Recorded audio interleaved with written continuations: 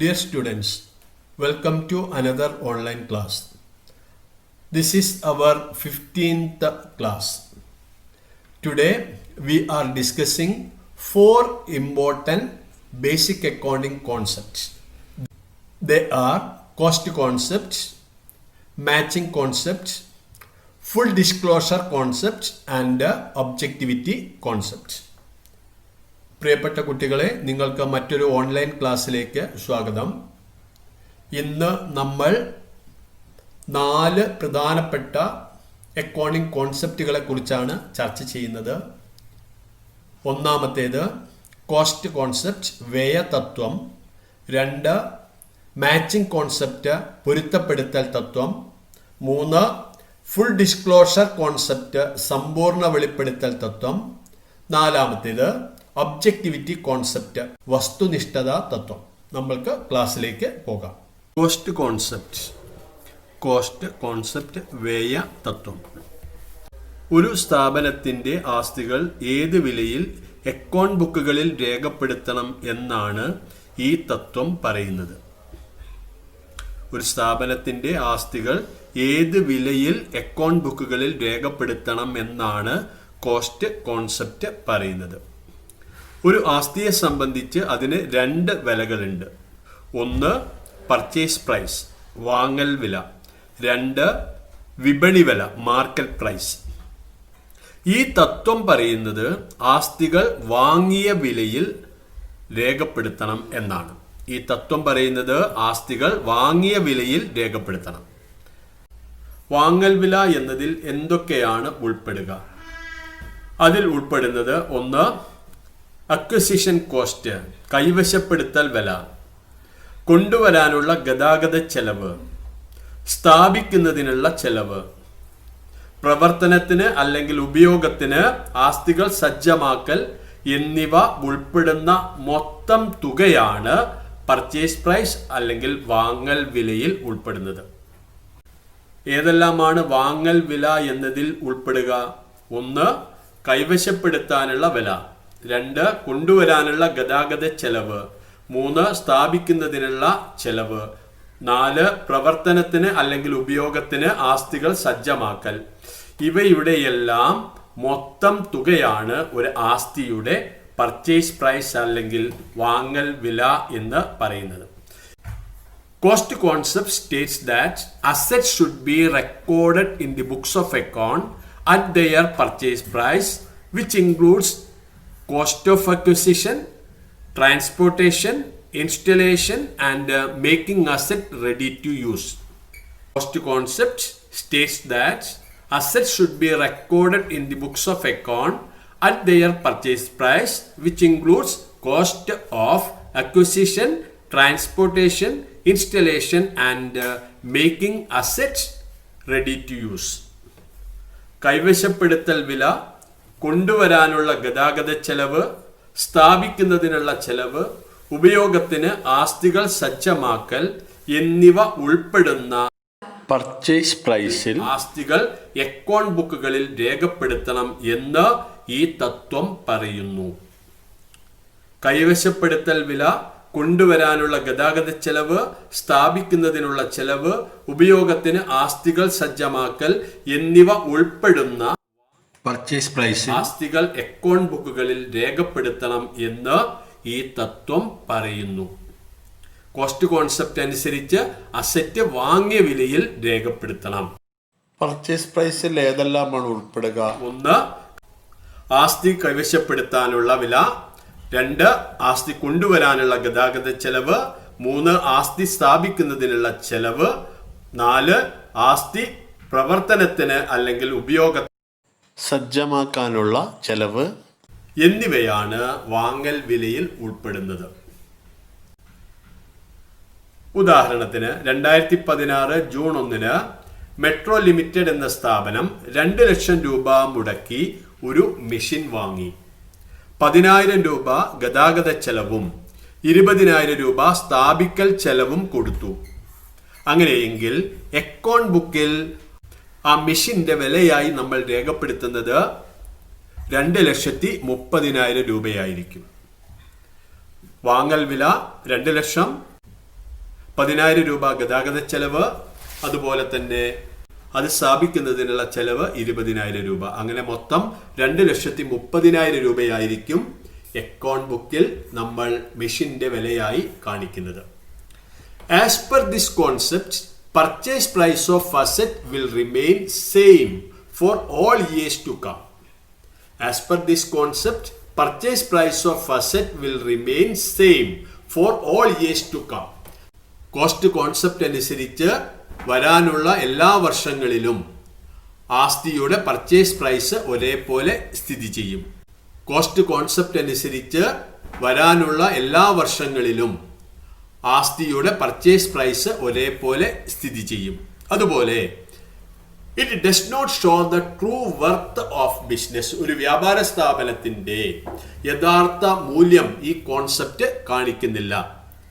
This concept does not show the true worth of business. ഒരു വ്യാപാര സ്ഥാപനത്തിന്റെ ശരിയായ മൂല്യം ഇത് കാണിക്കുന്നില്ല. It may lead to hidden profit. This concept may lead to hidden profit. ഈ കോൺസെപ്റ്റ് രഹസ്യ ലാഭത്തിലേക്ക് ഒരു വ്യാപാര സ്ഥാപനത്തെ നയിക്കാം.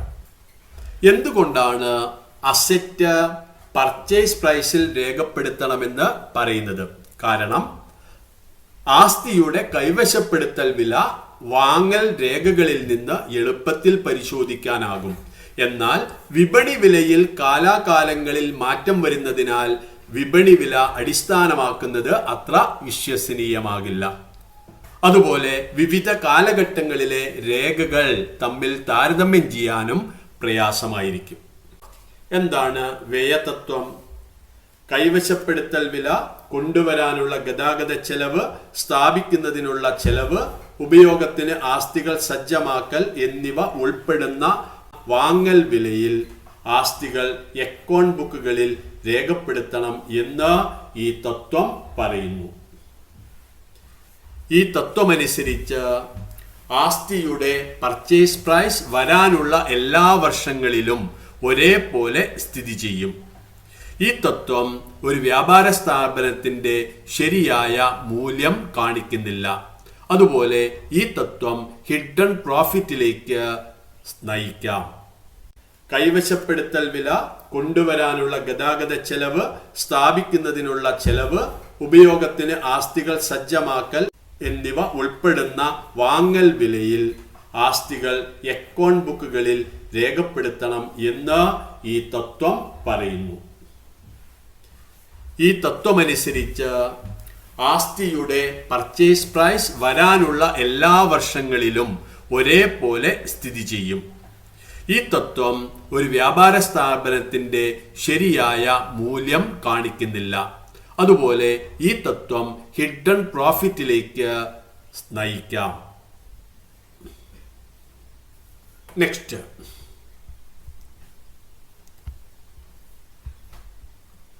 Matching concept.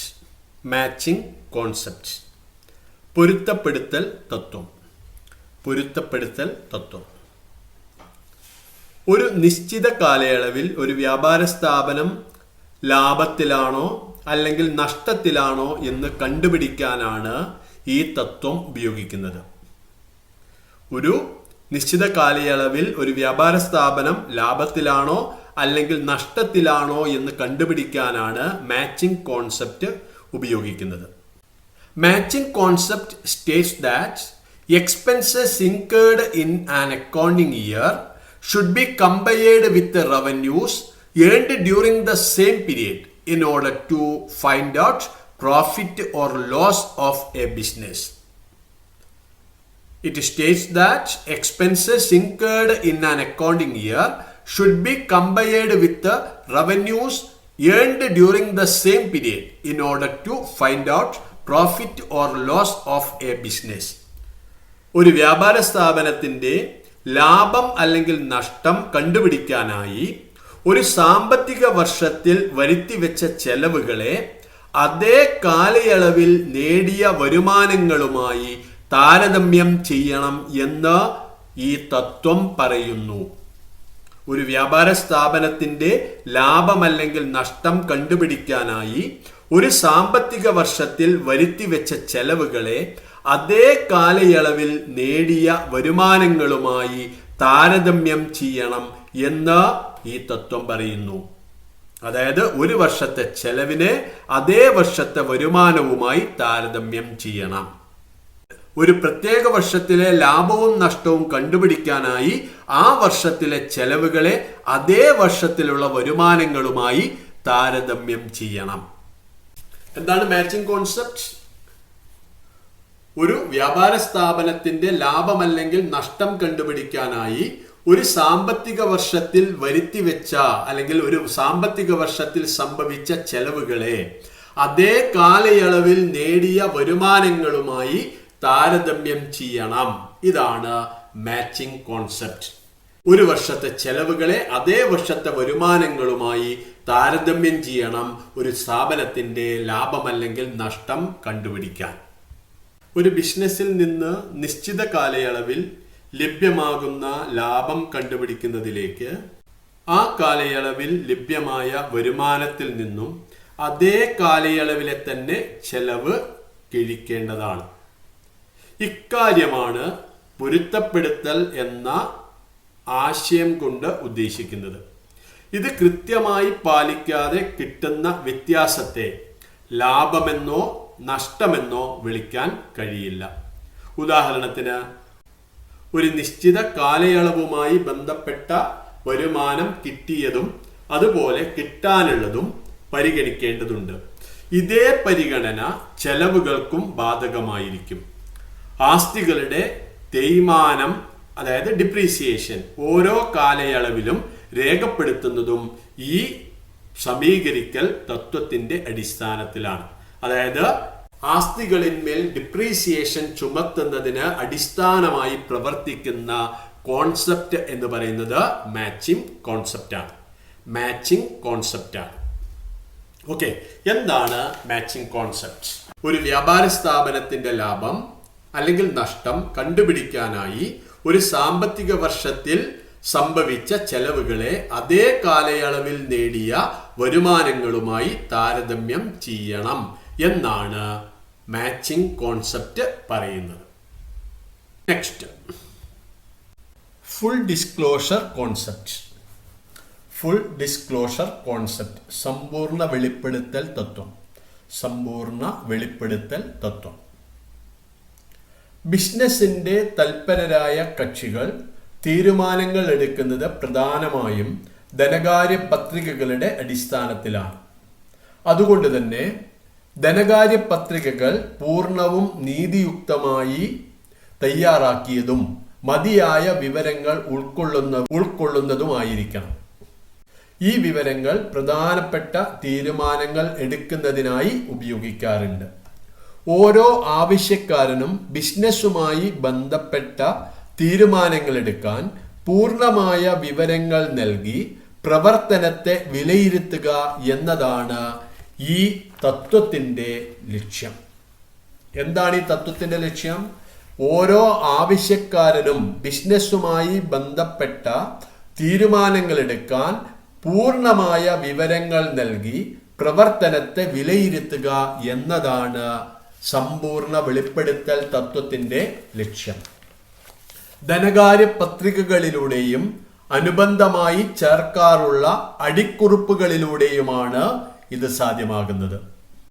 ധനകാര്യ പത്രികകളിലൂടെയും അനുബന്ധമായി ചേർക്കാറുള്ള അടിക്കുറിപ്പുകളിലൂടെയുമാണ് ഇത് സാധ്യമാകുന്നത്. എന്താണ് ഫുൾ ഡിസ്ക്ലോഷർ കോൺസെപ്റ്റ് പറയുന്നത്?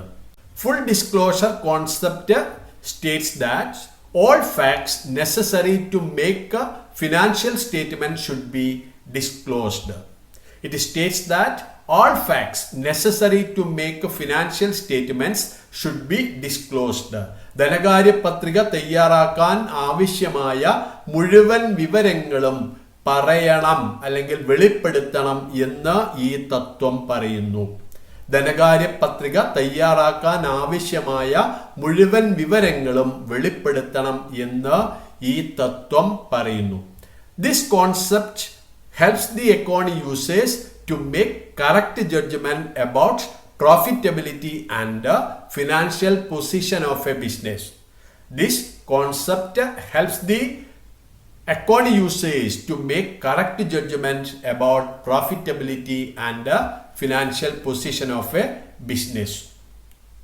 ഒരു വ്യാപാര സ്ഥാപനത്തിന്റെ ലാഭക്ഷമതയുടെയും സാമ്പത്തിക സ്ഥിതിയെയും കുറിച്ച് ശരിയായ വിധി നിർണയം അല്ലെങ്കിൽ തീരുമാനങ്ങൾ നടത്താൻ ഇത് അക്കൗണ്ടിംഗ് ഉപയോക്താക്കളെ സഹായിക്കുന്നു. ഒരു വ്യാപാര സ്ഥാപനത്തിന്റെ ലാഭക്ഷമത, സാമ്പത്തിക സ്ഥിതി എന്നിവയെക്കുറിച്ച് ശരിയായ വിധി നിർണയം അല്ലെങ്കിൽ തീരുമാനമെടുക്കാൻ ഇത് അക്കൗണ്ടിംഗ് യൂസേഴ്സിനെ സഹായിക്കുന്നു. It helps the users to take correct decision. Full disclosure concept helps the accounting users to take correct decision. ശരിയായ തീരുമാനങ്ങൾ എടുക്കാൻ ഈ തത്വം അക്കൗണ്ടിംഗ് ഉപയോക്താക്കളെ സഹായിക്കുന്നു. ശരിയായ തീരുമാനങ്ങൾ എടുക്കാൻ ഈ തത്വം അക്കൗണ്ടിംഗ് ഉപയോക്താക്കളെ സഹായിക്കുന്നു. എന്താണ് ഫുൾ ഡിസ്ക്ലോഷർ കോൺസെപ്റ്റ്? ധനകാര്യ പത്രിക തയ്യാറാക്കാൻ ആവശ്യമായ മുഴുവൻ വിവരങ്ങളും വെളിപ്പെടുത്തണം എന്ന് ഈ തത്വം പറയുന്നു. ധനകാര്യ പത്രിക തയ്യാറാക്കാൻ ആവശ്യമായ മുഴുവൻ വിവരങ്ങളും വെളിപ്പെടുത്തണം അല്ലെങ്കിൽ പറയണം എന്ന് ഈ തത്വം പറയുന്നു. ഒരു വ്യാപാര സ്ഥാപനത്തിന്റെ ലാഭക്ഷമതയുടെയും സാമ്പത്തിക സ്ഥിതിയെയും കുറിച്ച് ശരിയായ തീരുമാനങ്ങൾ എടുക്കാൻ ഇത് അക്കൗണ്ടിംഗ് യൂസേഴ്സിനെ സഹായിക്കുന്നു. ശരിയായ തീരുമാനങ്ങൾ എടുക്കാൻ ഈ തത്വം അക്കൗണ്ടിംഗ് ഉപയോക്താക്കളെ സഹായിക്കുന്നു. ധനകാര്യ പത്രിക തയ്യാറാക്കാൻ ആവശ്യമായ മുഴുവൻ വിവരങ്ങളും വെളിപ്പെടുത്തണം അല്ലെങ്കിൽ പറയണം എന്ന് ഈ തത്വം പറയുന്നു. ഒരു വ്യാപാര സ്ഥാപനത്തിന്റെ ലാഭക്ഷമതയുടെയും സാമ്പത്തിക സ്ഥിതിയെയും കുറിച്ച് ശരിയായ തീരുമാനങ്ങൾ എടുക്കാൻ ഇത് അക്കൗണ്ടിംഗ് യൂസേഴ്സിനെ സഹായിക്കുന്നു. ശരിയായ തീരുമാനങ്ങൾ എടുക്കാൻ ഈ തത്വം അക്കൗണ്ടിംഗ് ഉപയോക്താക്കളെ സഹായിക്കുന്നു. Next, objectivity concept. Objectivity concept, വസ്തുനിഷ്ഠത തത്വം. വസ്തുനിഷ്ഠത തത്വം അക്കൗണ്ട് ബുക്കുകളിൽ രേഖപ്പെടുത്തുന്ന ഇടപാടുകൾ വസ്തുതാപരവും നിഷ്പക്ഷവുമായിരിക്കണം.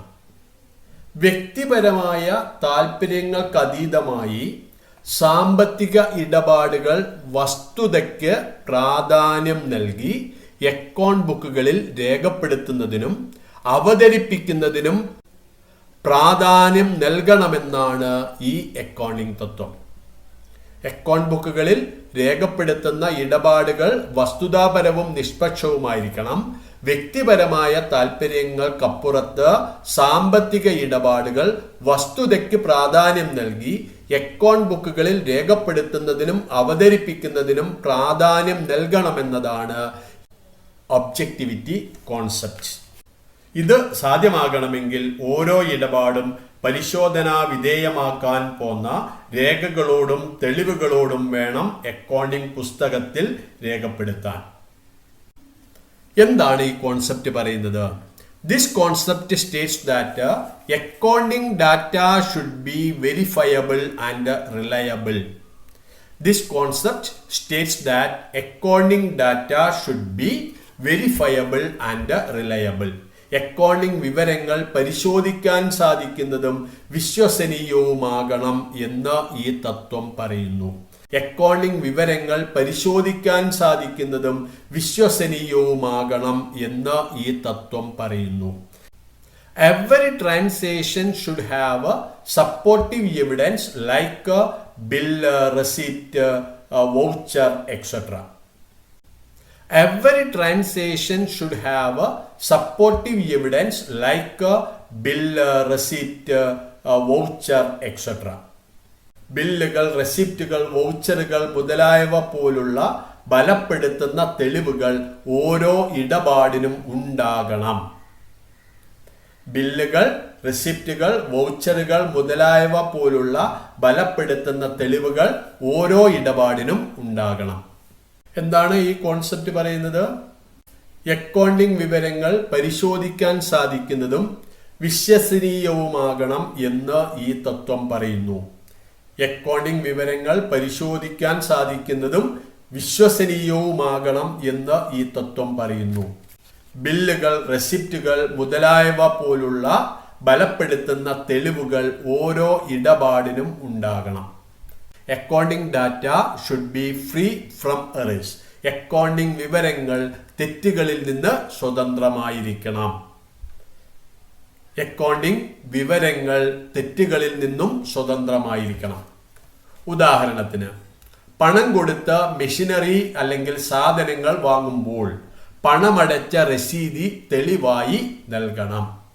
കടമായി സാധനങ്ങൾ വാങ്ങുമ്പോൾ അവയുടെ ഇൻവോയ്സ്, ബില്ല് മുതലായവ തെളിവായി നൽകാം. അതുകൊണ്ട് തന്നെ വിപണി വിലയ്ക്ക് അക്കൗണ്ടിംഗ് രേഖകളിൽ സ്ഥാനം ഉണ്ടാകാറില്ല. ഒരു ഇടപാട് സ്ഥാപനത്തിൽ നടന്നാൽ രേഖകളുടെ അടിസ്ഥാനത്തിൽ മാത്രമേ അക്കൗണ്ട് ബുക്കുകളിൽ രേഖപ്പെടുത്താൻ പാടുള്ളൂ. ഒരു വ്യാപാര സ്ഥാപനത്തിൽ ഒരു ഇടപാട് നടന്നാൽ ആ ഇടപാടിന് നൽകുന്ന രേഖയുടെ അടിസ്ഥാനത്തിൽ മാത്രമേ അവ അക്കൗണ്ട് ബുക്കിൽ രേഖപ്പെടുത്താൻ പാടുള്ളൂ. അതായത് ഓരോ ഇടപാടിനും തെളിവ് വേണം. എന്താണ് ഒബ്ജക്ടിവിറ്റി കോൺസെപ്റ്റ്? അക്കൗണ്ടിംഗ് വിവരങ്ങൾ പരിശോധിക്കാൻ സാധിക്കുന്നതും വിശ്വസനീയവുമാകണം എന്ന് ഈ തത്വം പറയുന്നു. ബില്ലുകൾ, റെസിപ്റ്റുകൾ മുതലായവ പോലുള്ള ബലപ്പെടുത്തുന്ന തെളിവുകൾ ഓരോ ഇടപാടിനും ഉണ്ടാകണം. അതുകൊണ്ട് തന്നെ അക്കൗണ്ടിംഗ് വിവരങ്ങൾ തെറ്റുകളിൽ നിന്നും സ്വതന്ത്രമാകണം. ഈ വീഡിയോ നിങ്ങൾ 2-3 പ്രാവശ്യം കാണുക. നിങ്ങളുടെ നോട്ട്ബുക്കിൽ ഇവയുടെ നോട്ട് തയ്യാറാക്കുക. തുടർന്ന് നമ്മുടെ ഗ്രൂപ്പിൽ അവയുടെ ഫോട്ടോ എടുത്ത് പോസ്റ്റ് ചെയ്യുക.